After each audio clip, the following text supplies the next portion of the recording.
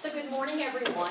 Good morning. It's really great to see you guys here today, and we're so happy to be a part of this family engagement series. And so just a little bit about Arts Now. We're going to kind of give an overview today, but truly our work at the end of the day is all about your kids. It's all about what we can do to help your students be successful in all ways in their life. And so Arts Now is a very proud district-wide partner here with Barrow County, and it's all at the end of the day about student engagement. So as we advance this PowerPoint, I'm going to go ahead and go. So our mission really is, and Sean is behind me, so I'm struggling. No, that's good. So our mission really at Arts Now is about how to engage your students in teaching and learning. And some of you may know, think about your own kid and think, you know, do they struggle in math? Do they struggle in science? Do they struggle in reading? Where are their strengths and where are their weaknesses? And so at the end of the day, what Arts Now tries to do is to teach your students differently. So we try to say, okay, maybe you're struggling in math, so how could we use visual arts to help them understand math in a different way? How could we use theater strategies, which you're going to see in a minute with Mr. Mann? How could we use theater strategies to help them more richly engage in their content area? So when we talk about what is arts integrated learning, and you're going to have this at your tables, it's really designed to be joyful, to be active and memorable for your students. Because have you ever seen your kids at home kind of bored? You know, yes, thank you for participating. I appreciate that. So yes, the kids are bored, and so sometimes in classrooms, you know, when we're having them read and do their work, it can be maybe not as engaging as we want. So what Arts Now really tries to do here in Barrow County is to work with teachers across the content area. And we use all of the arts. So sometimes when you think about art, you might only think about visual arts. But what Arts Now does is engages students in visual arts, music, theater, dance, and digital arts to bring other content to life. So for example, if we look at this image in the top right corner of visual arts, instead of seeing a painting, can you look closely and what other things might you see in this one image? It's your turn. What can you see in the image? Do you see colors? Do you see shapes? Do you see lines? There you go. You see angles. So if we're studying acute or obtuse angles or studying right angles, we can get students actively engaged in not just talking about acute and obtuse angles, but actually giving them something to engage in the learning with. So that's really how we want to bring learning to life. For example, music is really a lot about fractions. And then we look at dance and thinking about different cultures and different genres and beginning, middle, and end. So taking what we know your students have to be tested on, and we want to see good data at the end of the day, but how do we learn to get them more deeply engaged in that?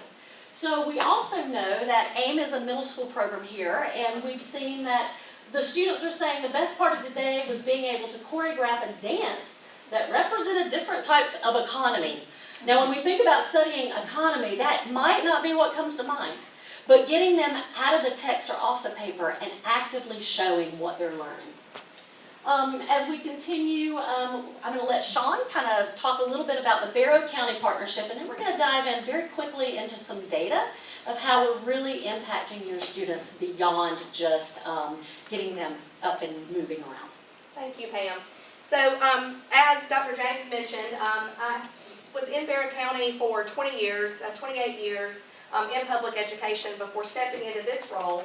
And one of the reasons that I feel so passionate about the Barrow County partnership is twofold. I love Barrow County and Barrow County schools, but I know and have seen the transformational power with students with arts integration.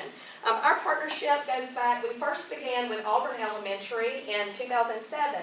And out of that first work in that school, we began the district partnership in 2008 through some grants called Direct to Discovery. We'll go way back. Some of my Barrow County friends in the back are nodding their head because they remember that push. And the late, great Ed Morrison, who we miss, did some of that, became a district partner in education, worked in some of our middle schools with innovative practices, with arts integration, and really began to see the change in our middle schoolers. And I don't know what the ages of your children are, but sometimes once they get into upper elementary or middle, get a little maybe apathetic about school, not really maybe wanting to go or finding joy in that. And we began to see middle school boys get up and dance when they were studying Europe or Africa in their social studies class in their middle schools. So the leadership of both organizations started to think about what more could it be. And then this building had been closed because they built Russell Middle School, the beautiful new building down the street. So what could we do with this building? And the idea of the Center for Innovative Teaching, which is where you are, came to life. And our Teacher Leader Professional Learning Residency. So teachers from 3rd through 8th grade come here with their students for a number of visits during each semester and learn from our consultants how to integrate the arts into their classroom. Just yesterday, students were creating choreography and dancing to understand and demonstrate that they understood the beginning, middle, and end of a story.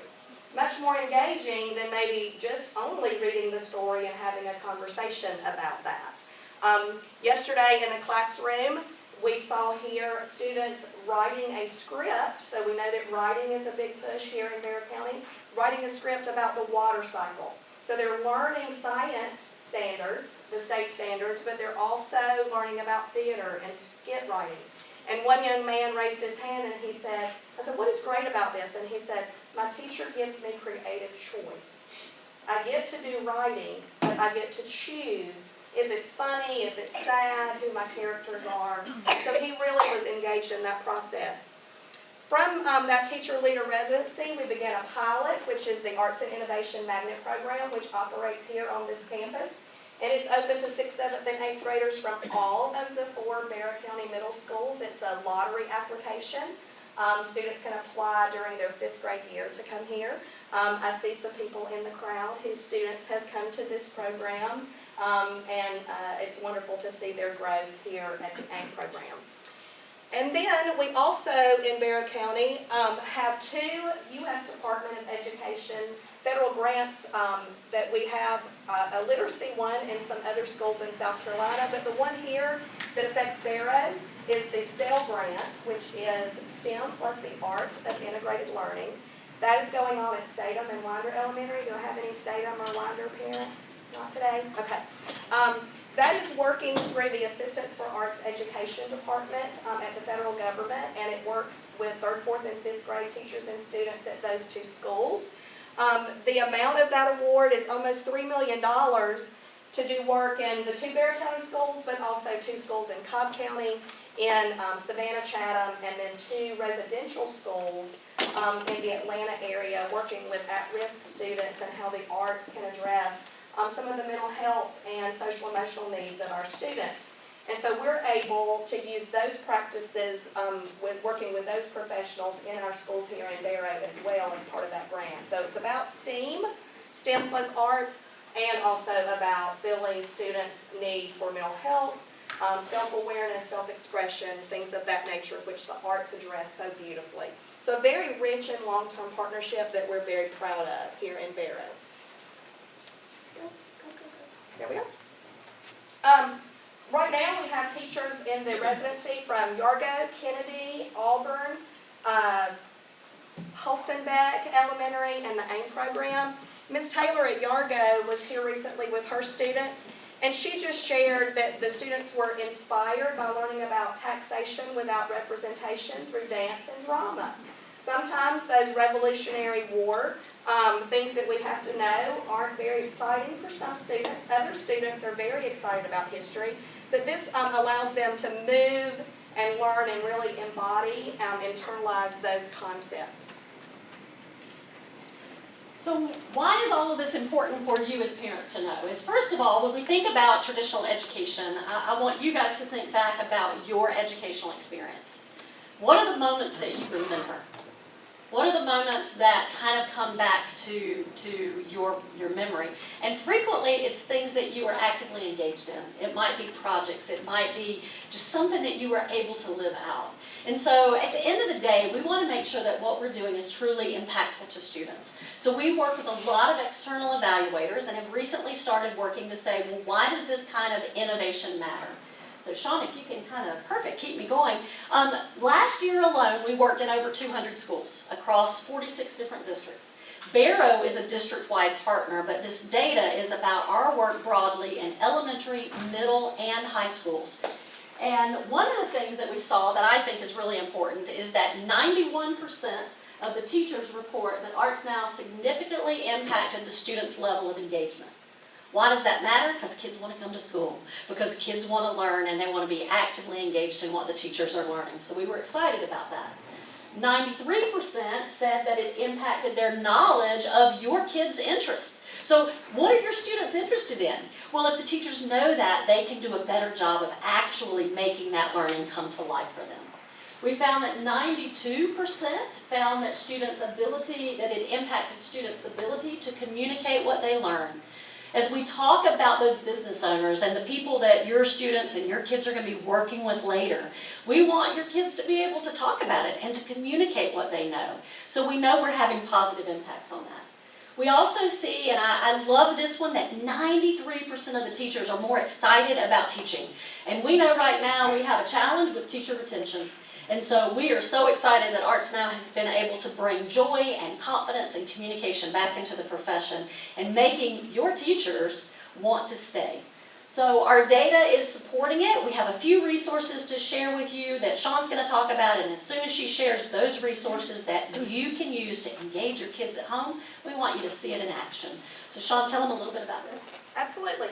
So sometimes homework is not all that exciting, right? Oh, I've got to do the sight words, or oh, we've got to do the math. So I mentioned that we have two federal grants right now. One of them is a literacy grant, and that grant addresses not only the arts integration with teachers in the classroom, but it wants to engage families in the learning process.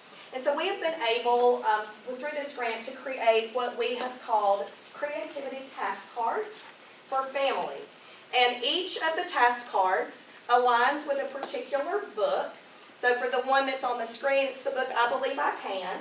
And there are activities in all 4 art forms for the home use. So you don't have to have a lot of materials to do arts integration. Sometimes all you need is your body and your voice, and Barry's going to show you some of that in just a little bit. But these are available on our website. So these are open for dissemination. Part of the grant is to disseminate and impact families across the country. And so you can access all of these. If you don't have the book, I Believe I Can, that's okay.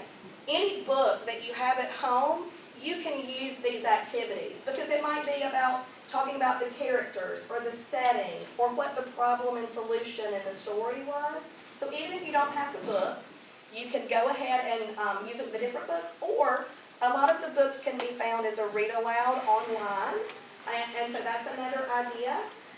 Also, there are now videos that accompany these activities that are also available on our website.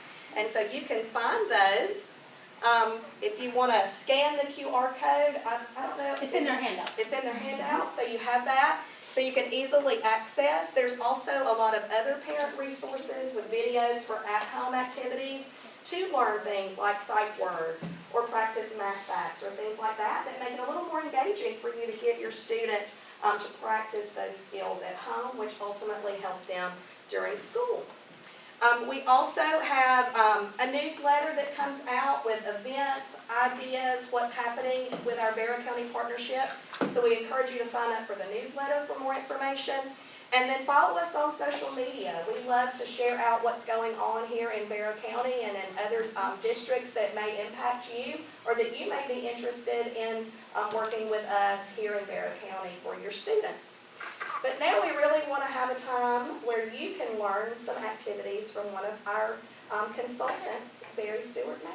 So as Barry's coming on up, I think the very last slide in your handout is my email address and Sean's email address. We truly mean it, that if there's anything that we can do to further support you in your homes, to support your own kids, we really want to be a resource to help you guys. So please don't ever hesitate to reach out. Barry, come on up, because for the next 15-20 minutes, we're going to actually show you what some of this might look like in one art form. So he's going to get us involved in some drama strategies and how to bring that content to life. Thank you. Hello, everybody. Hello. Good morning. Good morning. Good morning. Good morning. Good morning. Good morning. How are you doing today? Good. I might ask you for some help if you're Mom, let me know if it's okay. So as they said, my name is Barry Stewart Mann. When I come into the classroom, everyone calls me Mr. Barry. So would you all please say, hi, Mr. Barry. Hi, Mr. Barry. And would you all please say, howdy, Mr. Barry. Howdy, Mr. Barry. And how about, hola, Señor Barry.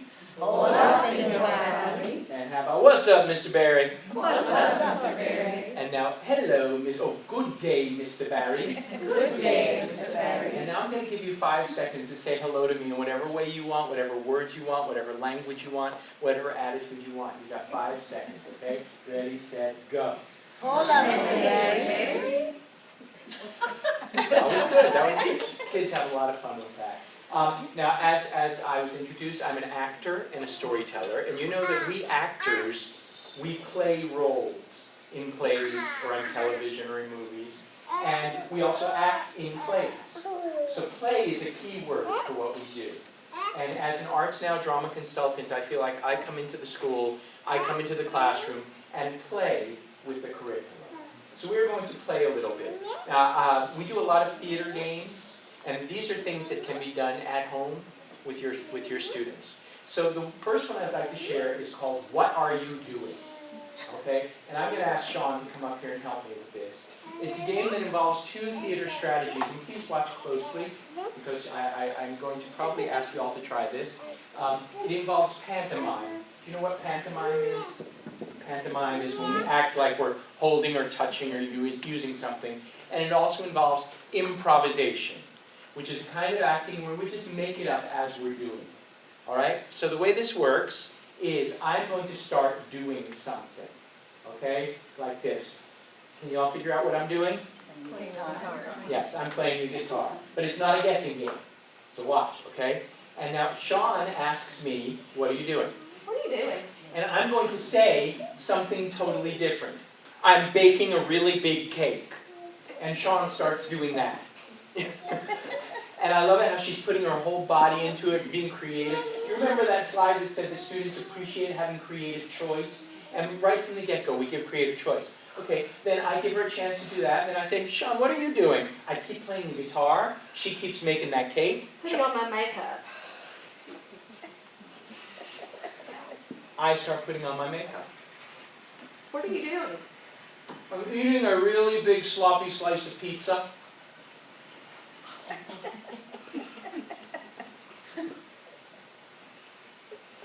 What are you doing? Riding a really big dinosaur. What are you doing? Running in a marathon and I'm about to win.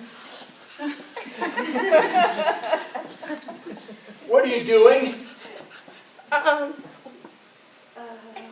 Driving a race car and about to win the Daytona 500.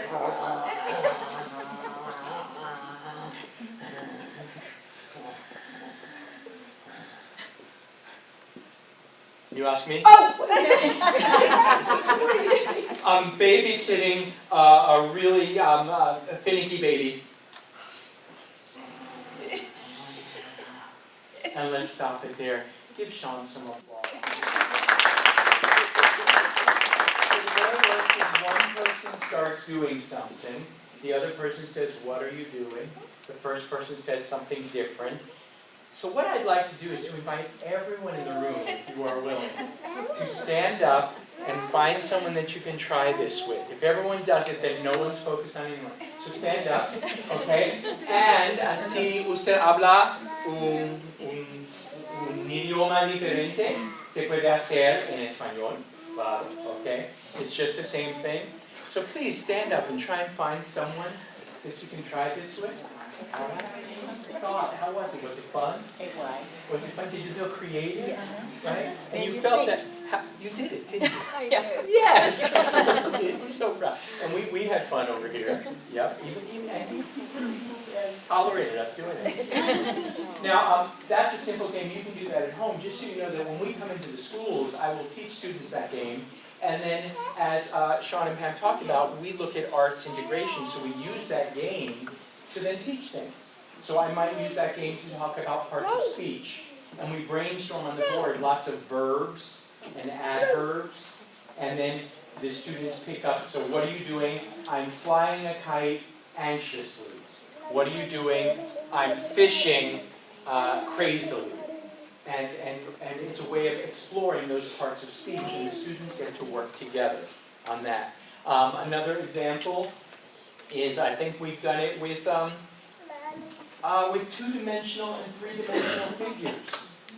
So we talk about shapes like spheres and octagons, and we would brainstorm all kinds of activities that involve those. You know, and I'd ask the students, where do we encounter two and three-dimensional figures in life? And so they might say flying a kite, stopping at a stop sign, which is an octagon. And we then play the game, and they have a resource, so they're not just pulling it out of the air. They have a resource, and they can then, use that, and we go back and forth with what are you doing. There's also a form where we can do that as a circle game as well, and sometimes with the younger students we do it like that. So that's the what are you doing game, and it can be a fun thing to do at home. You can even do it in the car, just pretend, and because we did it sitting down, we had a toddler on the lap there, so kids tend to really like that game. Another activity is what we call, remember that? Yes, and this is an improvisational storytelling activity, okay?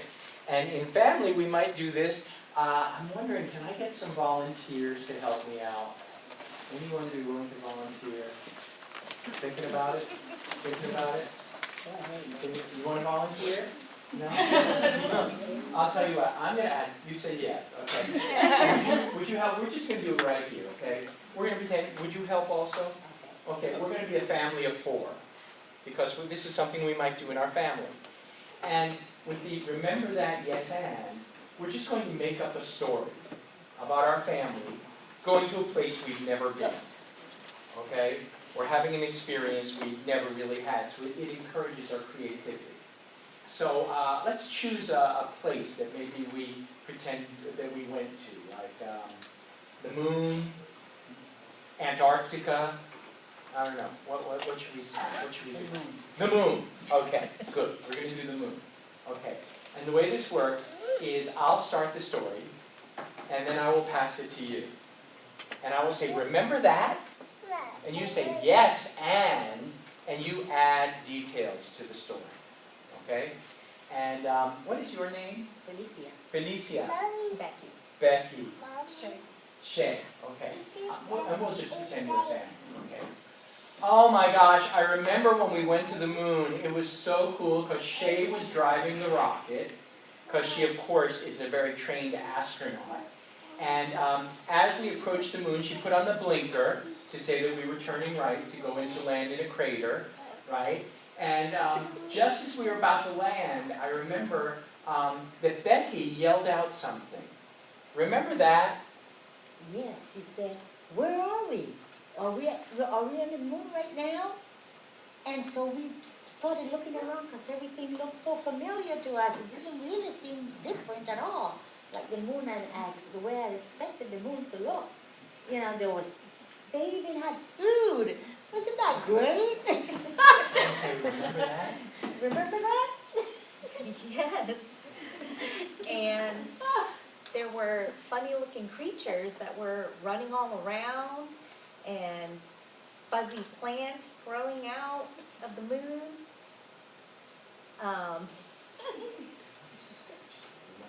Remember that? Food, fuzzy creatures. You were the pilot. You'd say yes, and. Yes, and. I think she's going to help you.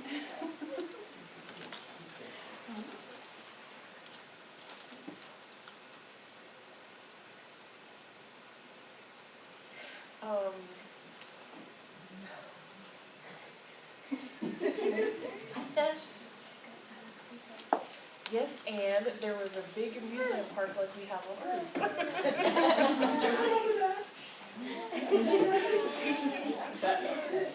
Let's just stop it there, but you can see.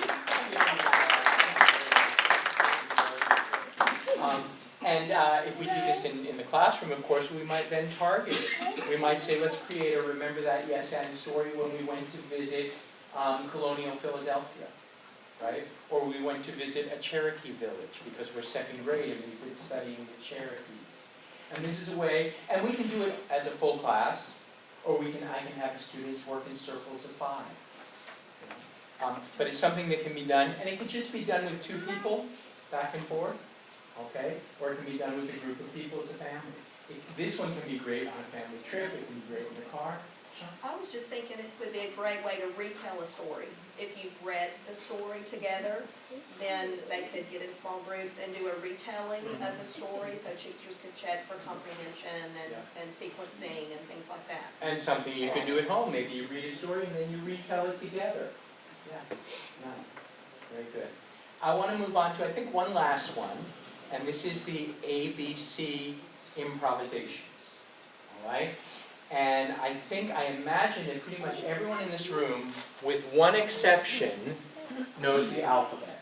Do you know the alphabet? Yeah. How old are you? Actually knows the alphabet. You're 6. That's right. And what is your name?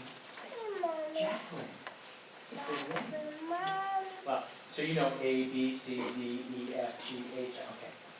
So the way this game works is we improvise, we make up a dialogue between 2 people, but the dialogue has to follow the alphabet. If the first person says something that starts with A, and then the next thing when the other person replies, what they say starts with B. And then the next person says something that starts with C.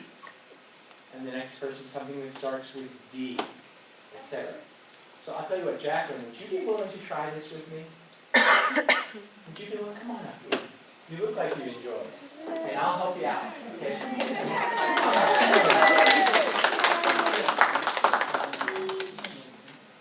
I'll tell you what, just come over right here and you say close to Mom. Mom. Oh, did you? My name is Mr. Barry, right? Think about it. Mr. Barry, she might do better if you're gonna stand over here, we can all still see you. We can sit here and you sit there? Okay, so we're going to pretend to be 2 friends. Okay, we're not really friends because we just met, although you seem very friendly. And I try to be friendly, okay? And we're going to have a conversation, okay? But I'm going to start and say something that begins with the letter A. Like I might say, about yesterday, why did you do that? Or I might say, all right, my friends, I think we need to decide what we're going to have for lunch. About, all right. Or I could say, are you going to see that movie today? Right? And then you would say something that starts with B. Like, by the way, or but, or because it's too late, I can't go. We'll help you out. Are you ready? What should we make our scene about? Should it be about going to get something to eat? Or what game we should play? Let's pretend that we're friends and it's after school and we're trying to figure out what to play, okay? Are you in the mood to go outside and play some basketball? See, it starts with B. Basketball? Or say it loud. Volleyball. Volleyball? Can you tell me how you play volleyball? Starts with a C. Now you say something that starts with a D. Don't you, or do you,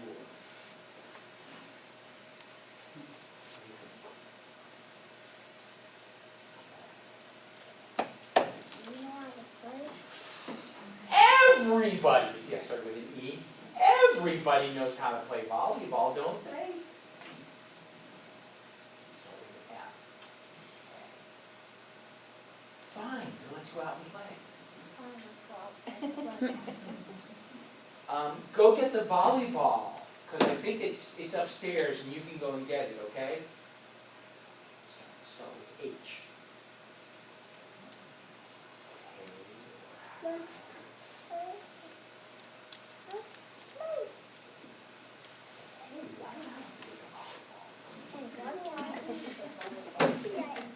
I always go and get the volleyball or the basketball or the baseball or the softball. I think maybe it would be good if you helped out sometime.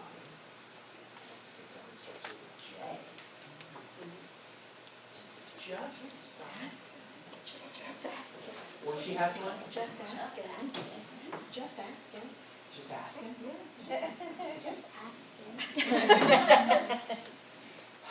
I have to start with K. What word starts with K? Kangaroo. Oh, cause? Cause, yeah. Kick it down the step. Oh, yeah, yeah. Cause starts with a K sound, so I can do that one. Cause I think we should both take turns getting the volleyball. You see something that starts with an L. You say look, or let's, or...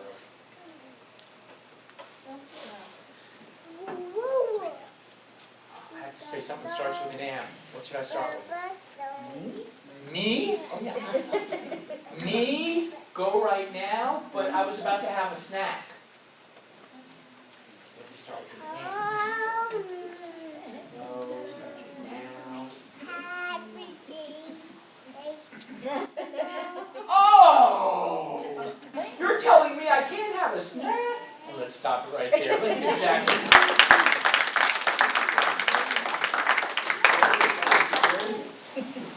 And of course, this is the type of game, and you can have fun with it at home. It's a great way of reinforcing the alphabet.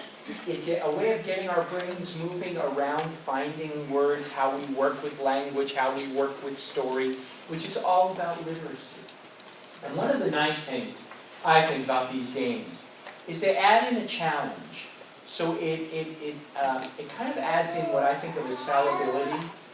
That is, that we're bound to make mistakes because we're going to be imperfect. Because this is not, we don't generally talk following the alphabet, right? We don't generally tell stories by saying, remember that? Yes, and. We don't generally do one thing, but have to say another thing. And that's what makes it fun. And we laugh a lot because we're coming up with funny things. And it's really our way of playing with language. And I liken it to, and I don't know what they're called, but football players, when they're practicing on the field, and they practice their blocking, and I think they have those big structures that are I don't know what those are called. They're like blocking. Tackle dollars. Yeah, but they're just practicing. That's not anything they're going to do on the football field. They're not going to come up against this machine, right? Or when soldiers or football players are running back and forth between tires, right? It's just an exercise to practice. And these games, while they're fun, they're really exercises to practice our use of language, of story, of creating images, of acting out characters, of using our bodies. So those were just a couple. We did the what are you doing? I'm doing this. What are you doing? I'm doing that. The remember that? Yes, and we build the story together. And then a dialogue with two characters following the alphabet. Anyone have any questions or comments or suggestions about any of this? Did you want to say something? For the ABC game, could we add more people? Of course. Oh, yes, yes. It could be a multiple group, definitely. And each of these is just kind of a structure, and then you adapt it how you want. You know, and also you saw what I was doing because, you know, she's 6 years old, so I was providing. And you could even, like I said in the other, you could even just have the alphabet and make a list of 5 or 6 words under each letter, so that it gives us a little help. Because a lot of times doing things totally improvisationally and coming up with things right off the top of our head can be difficult. But if we started out with a list of A words about always, and, are you, at the, B words, by the way, basically, before, beyond, C words, can you, clearly, And you help with your knowledge of language, because you can access so much more language than your child can. But it's a wonderful way to play. Other thoughts? Yes? I think it would be a really good, like, car rider game. Like when you're waiting for like an older child or something and you're like with the little one. That would be nice. Yeah, she says it would be a great car rider game. Yeah, I think that's fun. And you know what? If you're sitting in a car, you could even take your cues from something you see around you. Right. Like, oh, there's a store over there. Let's make a story about something that happened at that store. Or what would happen if we went into that store. Right. Others? In that case, I will say muchas gracias. Thank you very much.